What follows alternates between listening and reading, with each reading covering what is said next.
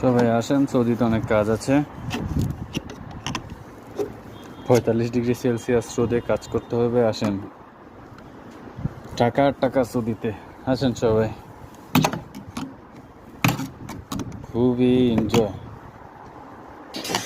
এত টাকা আপনি কোথায় রাখবেন তা সৌদিতে আসলেই বুঝবেন।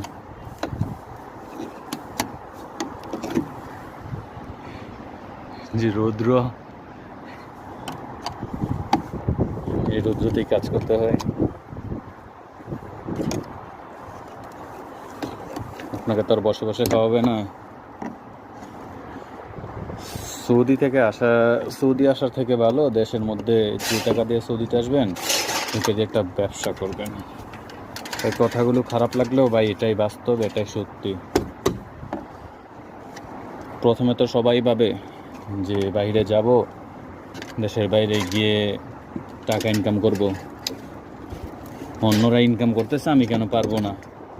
আরে ভাই, অন্যরা তো কাজ শিখে আসতেছে, আপনি কি কাজ শিখে আসতেছেন? কাজ শিখে না আসলে তো আপনার কোনো মূল্যই নেই। কাজ শিখে আসুন, তাহলে টাকা পয়সা আছে। আর কাজ শিখে না আসলে আপনি যেই লাও সেই কদু ভাই। তো ভাই এটাই বলবো যে সৌদিতে আসার আগে চিন্তা ভাবনা করে আসবেন। আর বর্তমানে সৌদিতে যে পরিস্থিতি তা বলার বাইরে। আপনার থাকা খাওয়া, দেন আকামার টাকা, ফ্যামিলি খরচ, এরপরে যারা ঋণ করে আসেন তারা তো আর বলারই ভাষা নেই ভাই। যারা ঋণ করে আসেন তাদের তো আর কিছু বলারই নেই।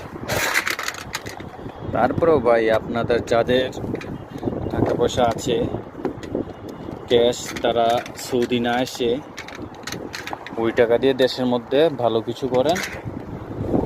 চাইলে হাঁস মুরগির খামার করতে পারেন, গরু ছাগলের খামার করতে পারেন, বা এলাকাতে একটি মুদি দোকান দিয়ে বসতে পারেন। তাও বলবো সৌদিতে আসবেন না,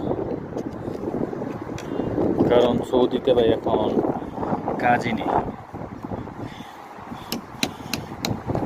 বিভিন্ন জায়গায় রিয়াদ, দাম্মাম, কত শত শত লোক বসে আছে কাজ ছাড়া।